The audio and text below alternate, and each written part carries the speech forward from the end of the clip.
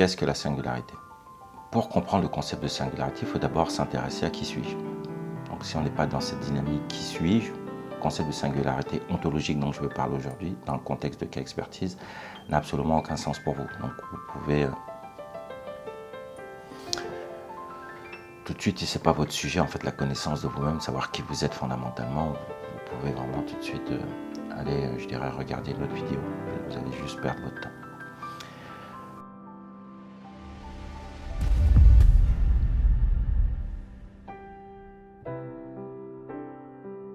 Bonjour à tous. Aujourd'hui, nous allons parler de singularité. Qu'est-ce que la singularité? J'ai essayé à plusieurs occasions, là je crois que je suis à 250 vidéos là, sur YouTube maintenant. J'ai essayé plusieurs fois d'expliquer ce que c'était le concept de singularité, mais je vois que bon, c'est un concept compliqué qui demande en fait d'y revenir régulièrement, et puis c'est un peu le cœur de mon business, hein, c'est un peu le cœur de Cas Expertise, qui est une compagnie de conseil en singularité.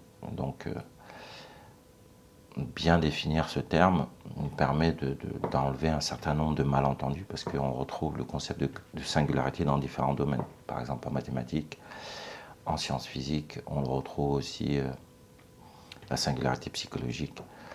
Je suis unique, je suis différent, etc. Et donc on a tendance à mélanger tout un tas de concepts comme ça et croire qu'on parle de singularité en parlant de ça, alors que ce n'est pas du tout ça. Là. La singularité dont parle Cas Expertise n'a absolument aucun rapport avec toutes ces singularités-là.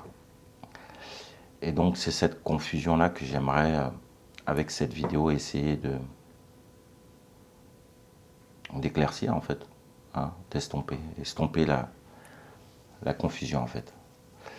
Le misunderstanding, comme ils disent les anglophones. Donc,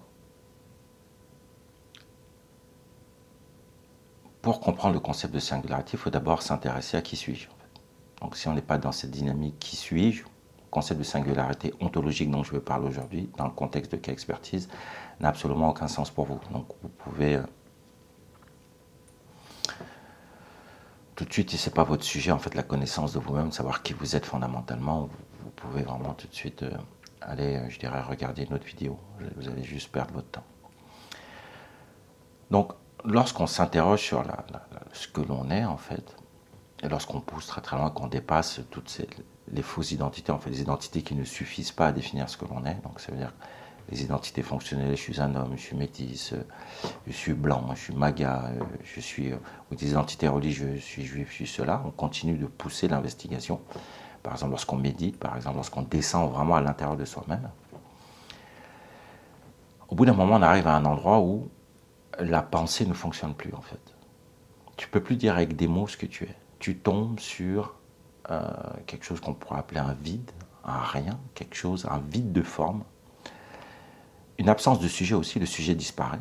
On se rend compte que le sujet Stéphane, lui aussi, disparaît. Lorsqu'on arrive vraiment à ce centre-là, il n'y a plus de Stéphane, en fait. Il n'y a tout simplement plus de concept. Le mental ne fonctionne plus à cet endroit-là.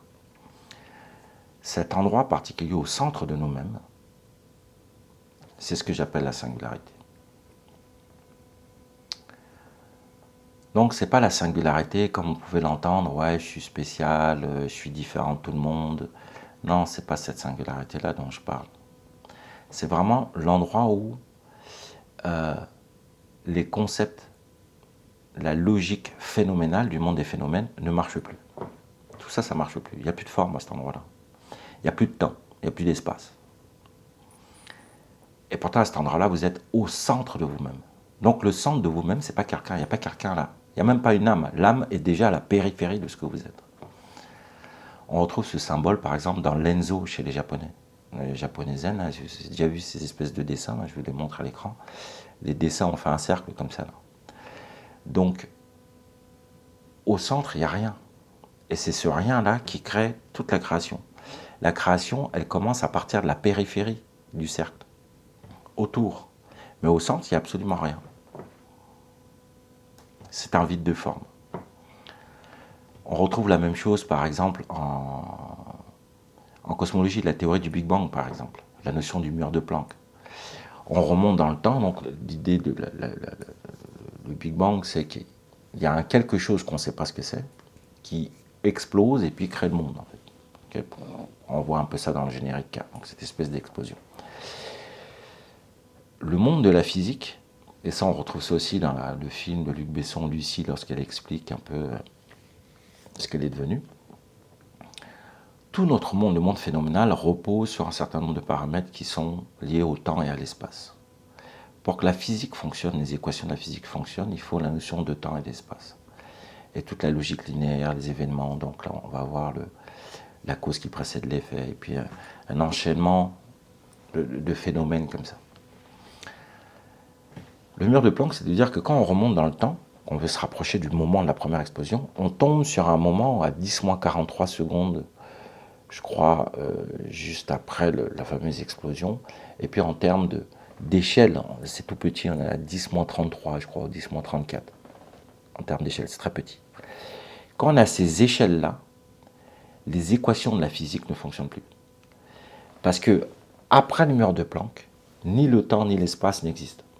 Il n'y a ni temps ni espace. Donc les équations ne fonctionnent plus. En fait. Donc la singularité, il faut l'entendre comme un cas limite, où il y a un changement d'ordre.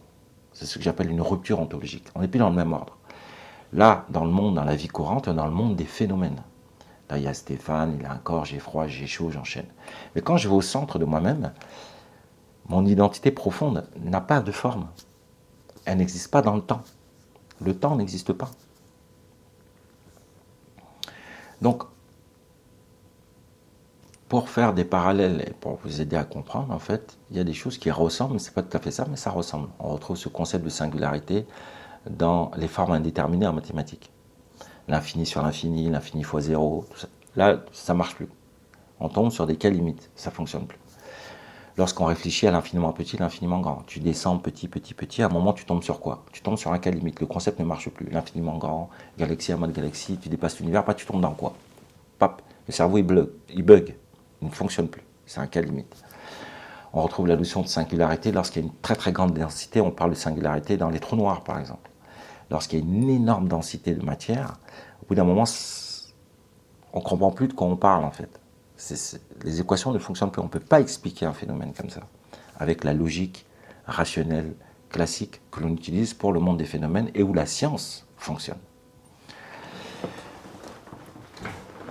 C'est pour ça que lorsque tu essayes d'expliquer le monde de la singularité, c'est comme un autre monde, tu sautes dans un autre monde, tu essayes de l'expliquer avec la logique classique rationnelle aristotélicienne, qu'on utilise pour la science des phénomènes, bah, tu tombes sur des absurdités. Il y a en ce moment sur le net là, qui tourne beaucoup là, sur les réseaux sociaux un monsieur qui s'appelle Médusa. Il se dit kémite et qui passe son temps donc, à déconstruire en fait. Il dit il veut désenchaîner l'esprit des Africains qui sont complètement enfermés dans la religion, notamment la religion chrétienne, musulmane, etc., qui sont des religions empruntées en fait, qui sont venues par les colonisateurs et qui empêchent à l'esprit africain de se libérer. Donc cet esprit, je trouve qu'il est très louable. Maintenant, dans la manière dont il déconstruit les textes religieux, il applique la logique classique à des textes religieux. Donc il montre que c'est complètement illogique en fait. Donc il dit que c'est complètement absurde de croire un truc comme ça. Par exemple, il va prendre la Trinité chrétienne, le Père, le Fils, le Saint-Esprit. Comment, si Jésus est le Fils de Dieu, mais en même temps il est Dieu lui-même, ça n'a pas de sens, etc. Il va faire ça avec la même chose avec la religion musulmane. Il va prendre les textes et montrer leur absurdité. Il y en a un autre aussi, un athée, qui s'amuse comme ça à déconstruire les textes religieux avec une logique de base en fait. Mais ça ne marche pas parce qu'il essaye d'appliquer la logique sur un autre plan, une logique de base sur un autre plan. Les textes religieux, de la même manière, j'ai des extrémistes, les fondamentalistes, ceux qui lisent les textes et veulent les prendre au sens propre, ça ne marche pas en fait. Parce qu'ils essayent d'appliquer à leur monde, leur vie de tous les jours, la même logique que leur donne le texte religieux, qui lui parle du monde de la singularité. Un monde où les phénomènes ne fonctionnent plus du tout de la même façon. Il n'y a plus de phénomènes, il n'y a plus de formes dans un autre monde. Donc c'est essayer de dire avec des mots quelque chose, un endroit où les mots n'existent pas. Et c'est ça la difficulté de la singularité. C'est vrai que si tu prends les textes religieux comme l'ouverture à un monde, comme disait Ibn Arabi, à l'imaginal, donc un autre monde, avec des mots comme une logique apophatique, ce n'est pas ci, ce n'est pas ça, mais tu essaies quand même de dire ce que c'est sans pouvoir le dire, sachant que ce sont des métaphores, C'est comme lorsque les bouddhistes essayent de parler de ça, ils vont employer des mots, mais il ne faut pas s'accrocher aux mots, c'est une manière de décrire. C'est comme je te montre la lune avec mon doigt, il ne faut pas regarder mon doigt. C'est des mots qui pointent vers un endroit où il n'y a pas de mots. Donc la logique, elle ne fonctionne plus véritablement. Et là, on rentre dans l'univers de la singularité. C'est complètement différent. Il y a une véritable rupture ontologique. Je me rappelle plus jeune, quand j'ai essayé d'expliquer à mes amis athées ce que c'est qu'un génie. Et puis on était une équipe de foot, donc on se limitait au monde du football. J'expliquais que pour moi, Maradona était un génie, mais que tous les autres joueurs, même Messi, pour moi, c'est pas un génie. C'est un virtuose du football, mais c'est pas un génie. Pour moi, par contre, Maradona est un génie. Et essayer d'expliquer quelle était la différence entre un génie et quelqu'un d'exceptionnel. Donc je donnais l'image d'une carotte. Imaginons qu'un joueur de football soit une carotte. Donc un bon joueur de football, on va dire que c'est une belle carotte. Un très bon joueur de football, c'est une très belle carotte. Un joueur de football exceptionnel, c'est une carotte exceptionnelle, assez rare. Un virtuose, c'est une carotte, une ou deux tous les 200 ans, c'est très très rare. Mais tu vois, on est toujours capable de comparer les carottes entre elles.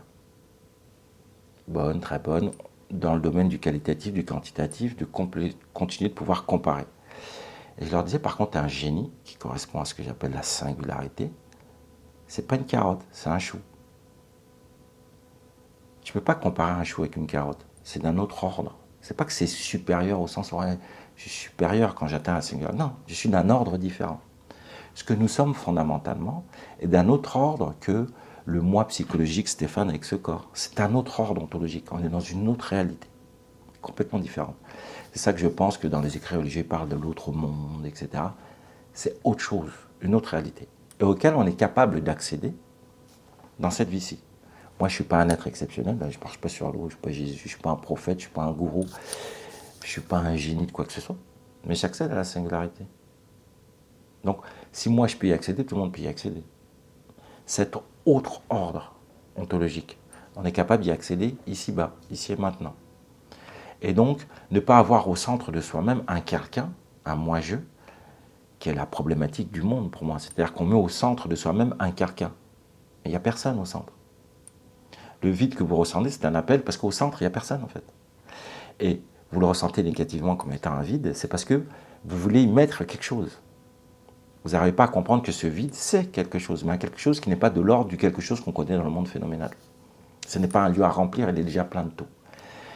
C'est le geste que fait Jésus lorsqu'il est devant avec les marchands du temple, là, quand il vient et puis il les frappe, là, le foie, et dit « vous ne rentrerez pas ici ». Le temple doit rester vide. Les marchands du temple doivent rester à la périphérie, comme Lenzo, à la périphérie.